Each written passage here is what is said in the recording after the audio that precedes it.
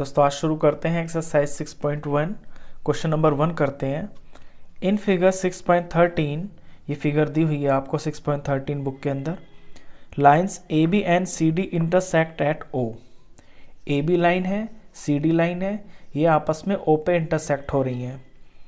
If A O C plus B O E is equal to 70 degree, अगर A O सी और B O ई यानी ये दोनों angle मिलके इनका जो सम है वो 70 डिग्री दिया हुआ है and B O D is 40 degree और बी ओ डी ये वाला एंगल ये आपको 40 डिग्री दिया हुआ है।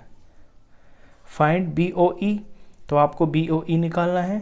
बी ओ ई है आपका ये वाला बी ओ ई ये angle and reflex C O ई, और सी ओ ई का रिफ्लेक्स देखिए सी ओ ई तो ये होगा जो अंदर वाला पार्ट होता है 180 से कम, इसे हम ऑर्डिनरी एंगल बोलते हैं। लेकिन अगर इसके बाहर का लेते हैं ना तो उसे रिफ्लेक्स बोलते हैं। तो सी ओ ई का रिफ्लेक्स होगा यहाँ से लेके आपके ये बाहर वाला।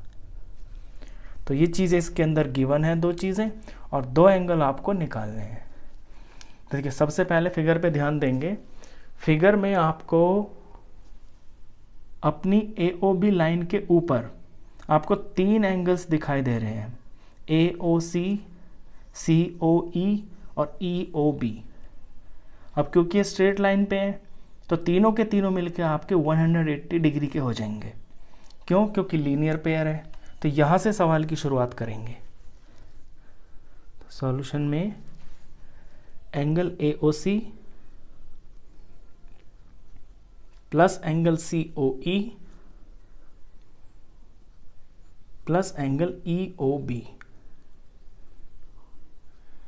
ये तीनों के तीनों मिलके हो जाएंगे 180 degree. Reason linear pair. Line के ऊपर बनने वाले एंगल्स 2 हो 3 हो कितने भी हो सारे मिलके आपके 180 डिग्री के होते हैं। अच्छा, इसमें 2 की जो मिलके वैल्यू है वो आपको दे रखी है 70 डिग्री। तो जिन 2 की वैल्यू मुझे दे रखी है उन्हें मैं एक साथ ले लेता हूँ, angle A O C plus angle B O E, इन्हें मैं एक साथ ले लेता हूँ एक ब्रैकेट में, प्लस एंगल तीसरा वाला ये है C O E is equal to 180 degree. अब इन 2 की वैल्यू तो मुझे दे रखी है गिवन में, यहाँ मैं 70 रख लेता हूँ। आगे जैसे इक्वेशन है एज इट इज़ रहेगी। अब सी ओ ई को अगर निकालेंगे तो सी ओ ई लेफ्ट साइड में अकेला रह जाएगा और इसके पास जो 70 है ये इधर चला जाएगा। तो इस तरह से सी ओ ई की वैल्यू आ गई आपकी 110 डिग्री। यानी ये जो सी ओ ई है ये अंदर का पार्ट ये आपका 110 निकल गया। अब आपको निकालना है रिफ्लेक्स ऑफ सी ओ ई। आपको सी ओ ई का रिफ्लेक्स निकालना है। तो पहले मैं सेकंड वाला निकाल देता हूँ, बी ओ ई हम बाद में निकालेंगे। तो जब सी ओ ई की वैल्यू 110 है तो रिफ्लेक्स ऑफ सी ओ ई क्या होगा? रिफ्लेक्स एंगल सी ओ ई। देखिए टोटल जो एंगल होता है ना हमारा, ये यहाँ से घूमते हुए कंप्लीट एंगल 360 का हो जाता है। अगर इसके अंदर का कोई एंगल है, उसकी कोई वैल्यू है, उसका जो रिफ्लेक्स होता है वो उसको छोड़ के, अंदर के पार्ट को छोड़ के पूरा बाहर का जो होता है उसे हम रिफ्लेक्स एंगल बोलते हैं। तो अगर सी ओ ई की वैल्यू 110 है तो इसके रिफ्लेक्स की वैल्यू होगी 360 माइनस 110, क्योंकि पूरा तो जो चक्कर होता है पूरा ये आपका 360 का होता है। अंदर की वैल्यू 110 है तो बाहर की कितनी होगी? बाहर की 360 माइनस 110, तो ये आ गया आपका 250 डिग्री। ये आपके सेकंड पार्ट का आंसर है जिसमें आपको रिफ्लेक्स सी ओ ई निकालना है। अब बी ओ ई अब निकालेंगे। देखिए सी ओ ई आपको पता चल गया, ऊपर के तीनों एंगल अब आपको पता चल गए। ये दोनों मिलके 70 के हैं, ये आपका 110 का है। आपको निकालना है बी ओ ई। इसमें हम बी ओ डी का यूज़ करेंगे। बी ओ डी हमको 40 गिवन है, तो पहले हम बी ओ डी की वैल्यू भर लेते हैं 40। यहाँ पे BOD 40, बीच में BOE आपको अननोन है, और ये COE हमने अभी अभी निकाला है 110। अब आप अपनी COD लाइन पे ध्यान दें। देखिए COD एक बिल्कुल स्ट्रेट लाइन बन रही है, इसके ऊपर आपके ये 3 एंगल बन रहे हैं। तो स्ट्रेट लाइन बन रही है तो ये तीनों के तीनों मिलके 180 के होंगे, क्योंकि तीनों मिलके आपका लीनियर पेयर बन रहा है। अब तीनों को हम प्लस करके इज इक्वल टू 180 लिख देंगे, और फिर यहाँ से हमको अपनी BOE की वैल्यू पता चल जाएगी। तो इस बार हम इन 3 एंगल्स को लेंगे। Now angle COE plus angle BOE plus angle BOD is equal to 180 degree. Reason linear pair, line पे बन रहे हैं ना तीनों एंगल, तो ये लीनियर पेयर बोले जाते हैं। अब COE की वैल्यू आपको 110 पता है, BOE आपको निकालना है, वैल्यू मालूम नहीं है तो इसको BOE ही लिखेंगे। BOD की वैल्यू आपको क्वेश्चन में गिवन है 40 डिग्री, 40 लिख लिया इज इक्वल टू 180 डिग्री। अब जो दो नंबर्स हैं इनको ऐड करेंगे तो ये आपका 150 आ गया, 110 और 40 हो गया 150, प्लस में BOE इधर इज इक्वल टू 180 डिग्री। अब एंगल BOE की वैल्यू निकालेंगे तो ये 150 इधर जाके माइनस हो जाएगा, तो 180 में से जब 150 माइनस हुआ तो एंगल BOE की वैल्यू आ गई 30 डिग्री। ये आपका BOE की वैल्यू आ गई। ये आपका फर्स्ट पार्ट था, मतलब आपको BOE निकालना था 30 डिग्री आ गया, आपको रिफ्लेक्स ऑफ COE निकालना था 250 आ गया। ये आपका क्वेश्चन कंप्लीट हो गया। चलिए इसके बाद क्वेश्चन करते हैं आपका सेकंड।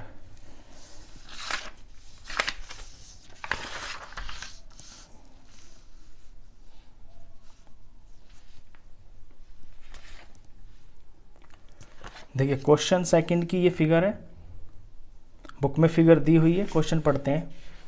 इन फिगर 6.14, बुक में ये 6.14 फिगर है।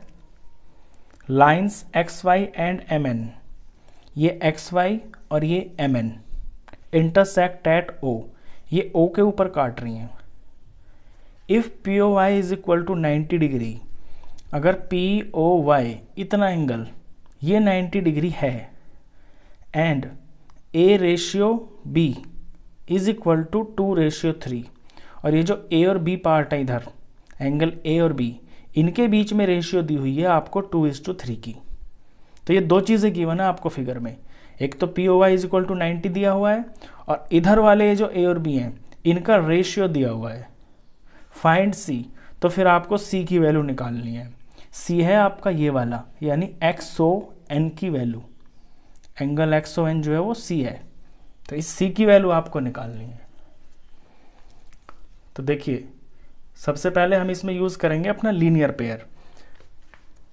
आपको ऊपर की तरफ दिख रहा होगा XOY, एक सीधी लाइन है, सीधी लाइन के ऊपर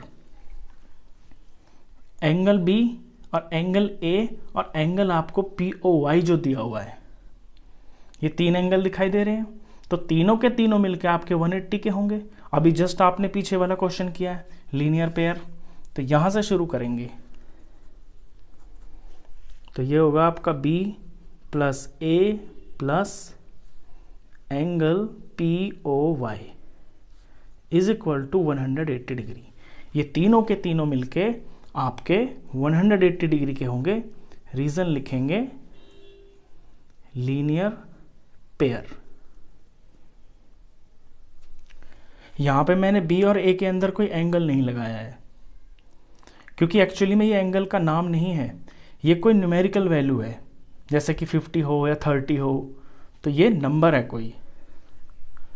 अच्छा, अब यहां से अपना B प्लस A लिया, और POY की वैल्यू, POY तो दे रखा है हमें 90 डिग्री, तो यहाँ 90 पुट कर लेंगे इज इक्वल टू 180 डिग्री। अब B प्लस A की वैल्यू हमें यहाँ से पता चल जाएगी, 180 में से ये जो प्लस 90 इधर आके माइनस हो जाएगा, तो B प्लस A की वैल्यू पता चल गई 90 डिग्री।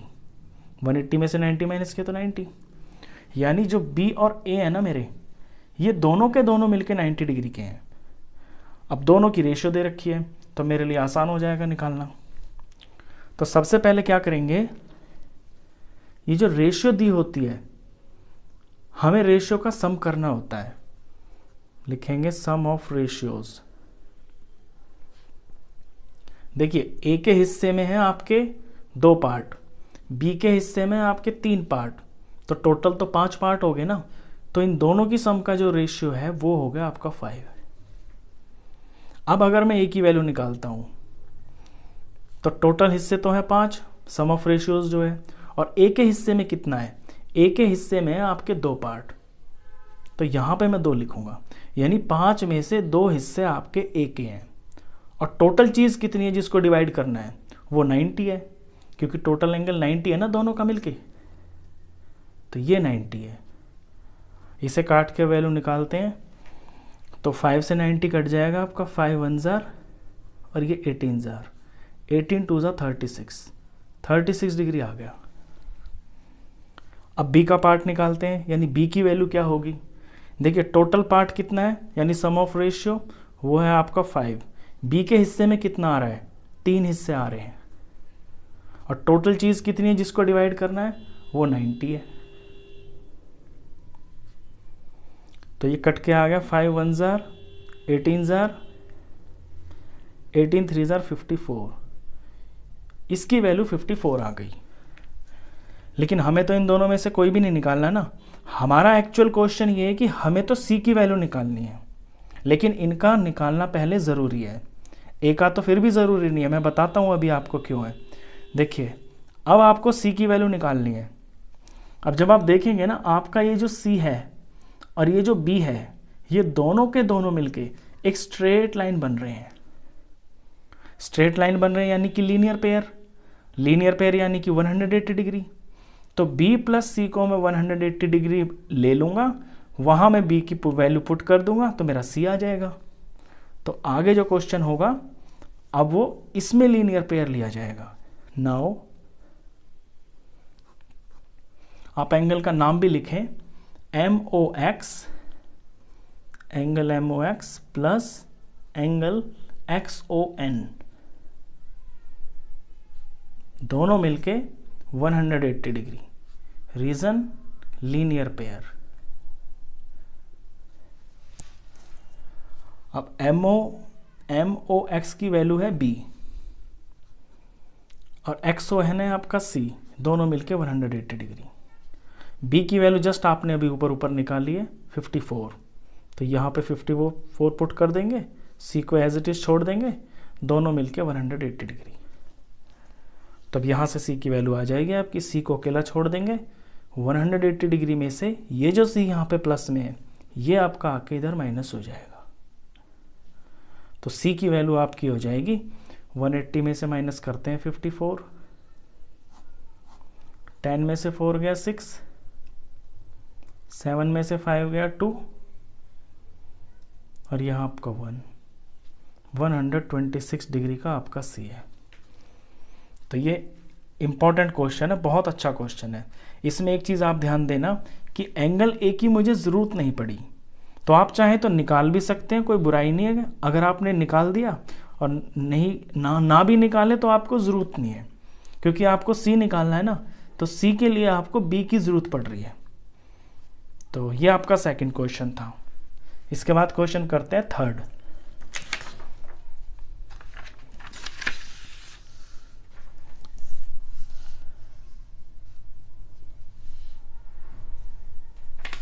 क्वेश्चन थर्ड बहुत अच्छा क्वेश्चन है, बिल्कुल सिंपल है, लीनियर पेयर के ऊपर ही ये बेस्ड है। ये इसकी फिगर है, बुक के अंदर दी हुई है। क्वेश्चन पढ़ते हैं। इन फिगर 6.15 PQR ये वाला एंगल एंड PRQ ये वाला एंगल, मैं नाम रख लेता हूँ इसका नाम मैं 1 रख लेता हूँ, ये 2 रख लेता हूँ। तो 1 एंगल और 2 एंगल आपस में बराबर है, ये यहाँ पे भी लिखा है मैंने, मैं इसको और करके लिख देता हूँ ऐसे, फिगर के अकॉर्डिंग ये लिख देता हूँ अकॉर्डिंग टू फिगर, क्योंकि फिगर में मैंने इन्हें मान लिया ना तो आप भी इस तरह ही करना, according to figure angle 1 is equal to angle 2। ये चीज़ गिवन है। आगे कहता है then prove that P Q S यानी P Q S is equal to P R T. ये P Q S P R T के बराबर है। इन्हें भी मैं मान लेता हूँ, इसे मैं एंगल 3 मान लेता हूँ, इसे मैं एंगल 4 मान लेता हूँ। तो अकॉर्डिंग टू फिगर मुझे प्रूफ करना है angle 3 is equal to angle 4।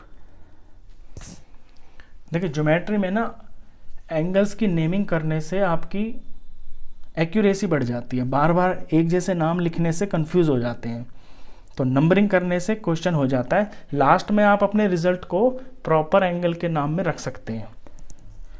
चलिए अब शुरू करते हैं। क्वेश्चन तो आप समझ ही गए होंगे। ये आपको फिगर दी हुई है, इसमें ट्रायंगल बना हुआ है, बाहर के एक्सटीरियर एंगल भी दे रखे हैं। आपको गिवन ये है कि 1 और 2 आपस में बराबर है और प्रूफ ये करना है कि 3 और 4 आपस में बराबर होंगे। तो इसमें लगाएंगे हम लीनियर पेयर। देखिए इतने पार्ट को देखें आप, ये वाला एंगल 1 और एंगल 3 ये दोनों मिलके एक स्ट्रेट लाइन बन रही है, तो लीनियर पेयर बन रहा है, तो दोनों मिलके 180 के होंगे। तो यहां से शुरू करते हैं। Angle 3 plus angle 1 is equal to 180 degree. Reason linear pair. अब इसी तरह से आप अपने दूसरे पेयर को देखें। एंगल 2 प्लस एंगल 4 ये दो एंगल मिलके भी तो आपकी पूरी स्ट्रेट लाइन बन रही है, तो ये भी लीनियर पेयर है, इनका भी सम 180 होगा। तो एंगल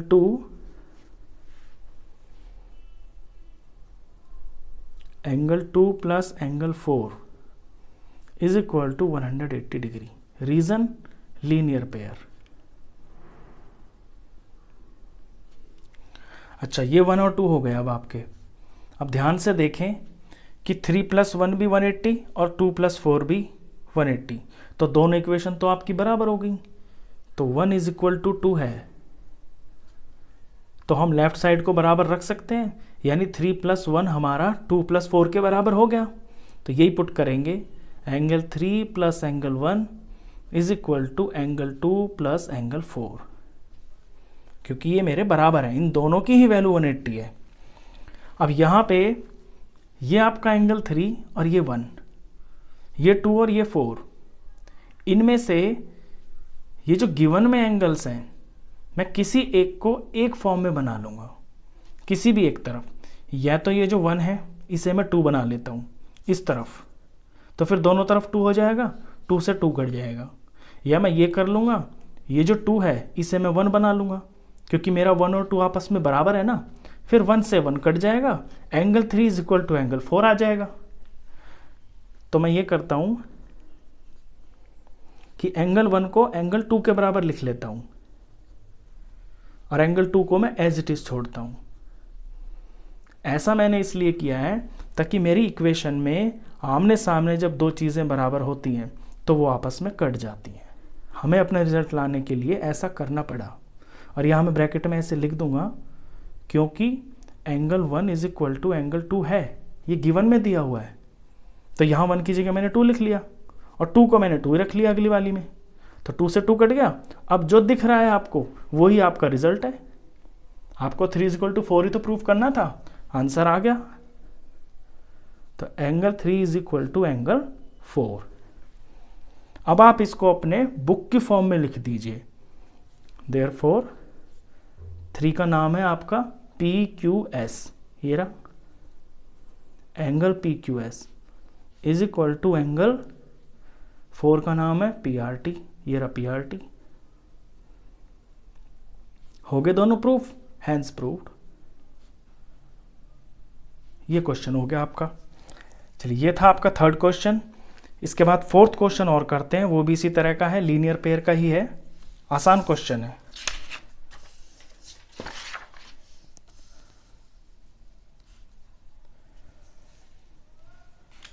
ये आपकी फोर्थ की फिगर है। क्वेश्चन पढ़ते हैं पहले बुक से। इन फिगर 6.16, इस फिगर के अंदर इफ x प्लस वाई यानी इधर के दिख रहे हैं आपको दो एंगल्स, ये एक सीधी सी लाइन बन रही है। x और y का जो सम है वो इधर वाले w प्लस z के बराबर है। ये गिवन में दिया हुआ है कि x plus Y is equal to W plus Z, ये गिवन है। Then prove that AOB is a line.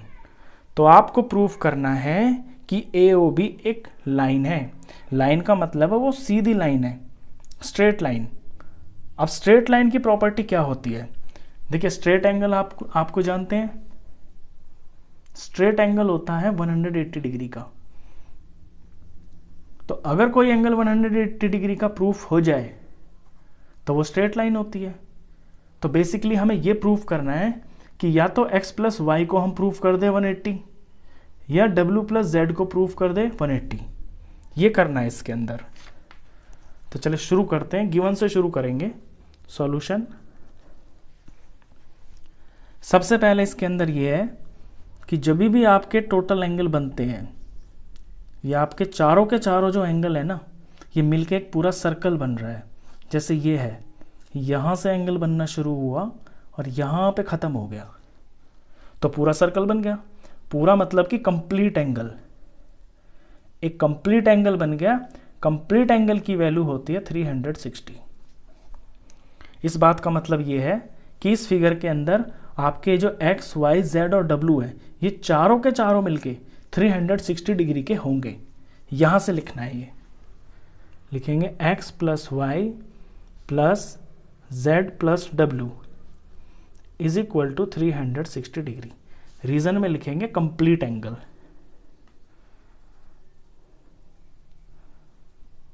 Some of complete angle.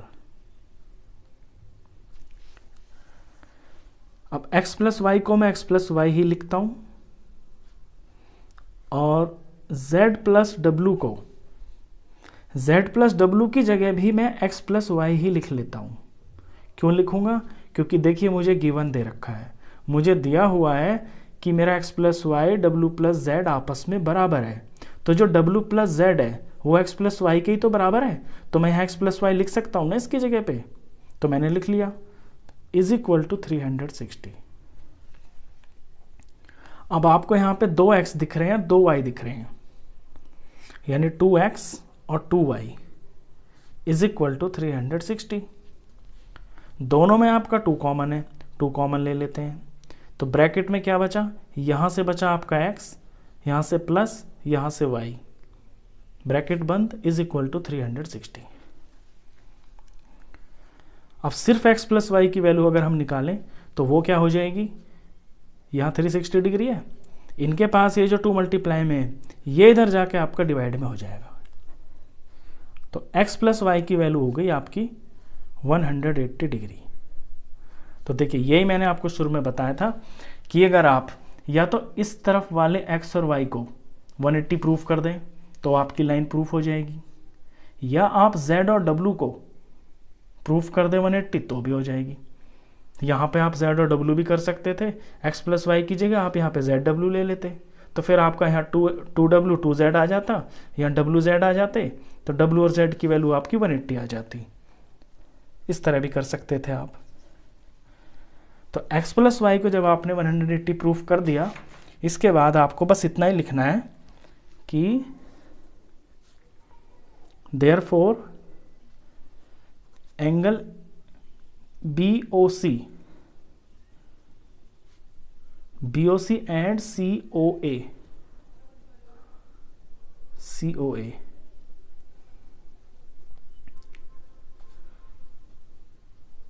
Forms linear pair. भाई 180 आ गया तो ये लीनियर पेयर बना रहा है, और लीनियर पेयर क्या होता है? लीनियर पेयर एक सीधी लाइन ही तो बन जाती है दोनों एंगलों को जोड़ के। तो इसमें आप दोनों लिखें, एक तो ये वाला साइड भी लिखें, इधर वाला भी, और इधर के 2 एंगलों को भी लिखें, या इधर से ही लिख देंगे, इतने से भी काफ़ी है, क्योंकि आपने तो एक्स वाई को प्रूफ किया है ना, तो आप अपने इधर के दोनों एंगलों को लिख देंगे कि therefore BOC and COA forms linear pair. 10 अब लीनियर पेयर बन कहाँ रहा है? O पे ही तो बन रहा है, और इसकी 2 रेज कौन सी हैं? OA और OB, और O पे लीनियर पेयर बन रहा है। तो ए से लेके बी तक आपकी बिल्कुल स्ट्रेट लाइन होगी।